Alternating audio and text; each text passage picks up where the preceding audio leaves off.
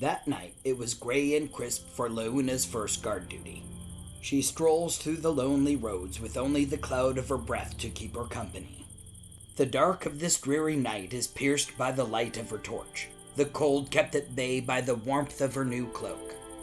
Alone with her thoughts, Luna can't shake the feeling that something is watching.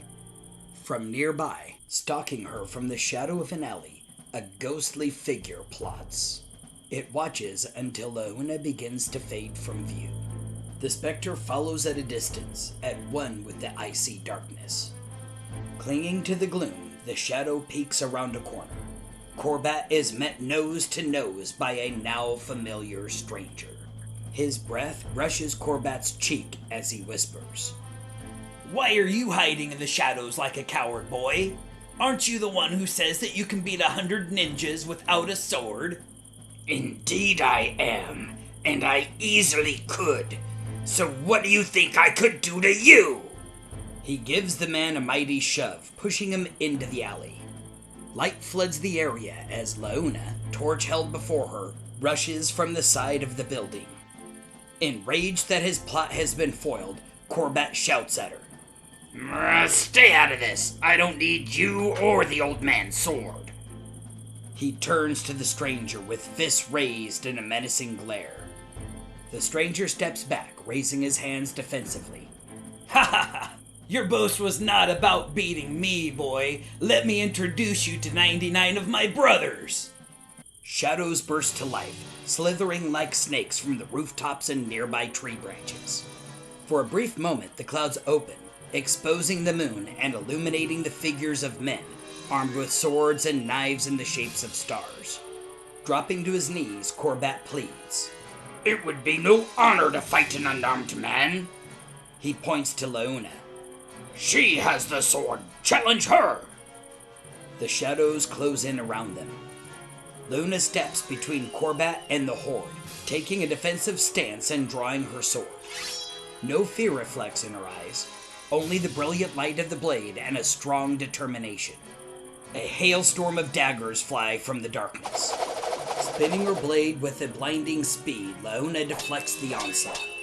The shadows begin to close the distance, accompanied by the ring of swords clearing scabbards. "Corbat, are you going to help me in this fight? Or are you just going to hide under my cloak like a scared kitten?" "Obviously, your puny sword could not match my strength. Let me show you what I can do." Corbat charges forward like an ox, slamming his head and shoulder into the stomach of the closest ninja, sending him flying back into the hands of his brothers, knocking all three to the ground. Two ninjas slip past Corbat, headed straight to Luna with swords at the ready.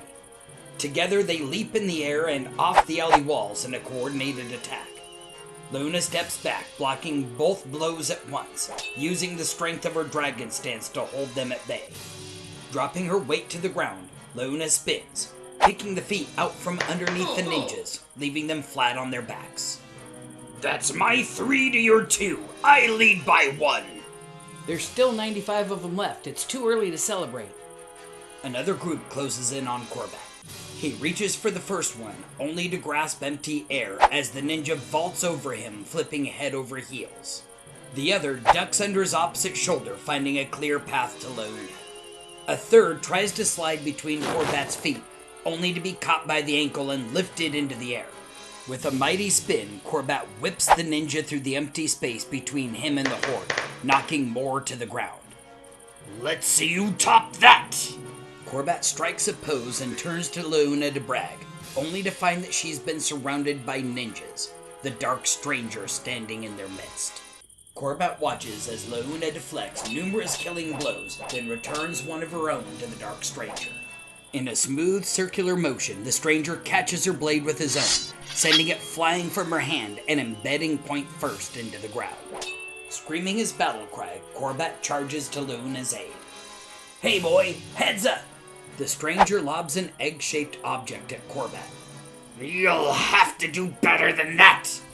Corbat quickly reaches out to pluck the egg out of the air, only to have it explode between his fingers. A cloud of red dust burns his eyes and throat, making it impossible to see or breathe. Luna ducks under another strike, landing a hard punch to the attacker's stomach. As he doubles over in pain, she rolls across his back, trying to close the distance between her and Corbat. The corner of her eye catches the glint of light off steel, followed by a searing pain in her thigh. Falling to her knees, she reaches down to find a small knife embedded in her leg. As she pulls out the knife, strong arms capture hers and hold them behind her back. Luna can hear Corbat's cries of anguish as she helplessly watches the stranger approach her, with a crooked smile on his face and blade raised for the final blow.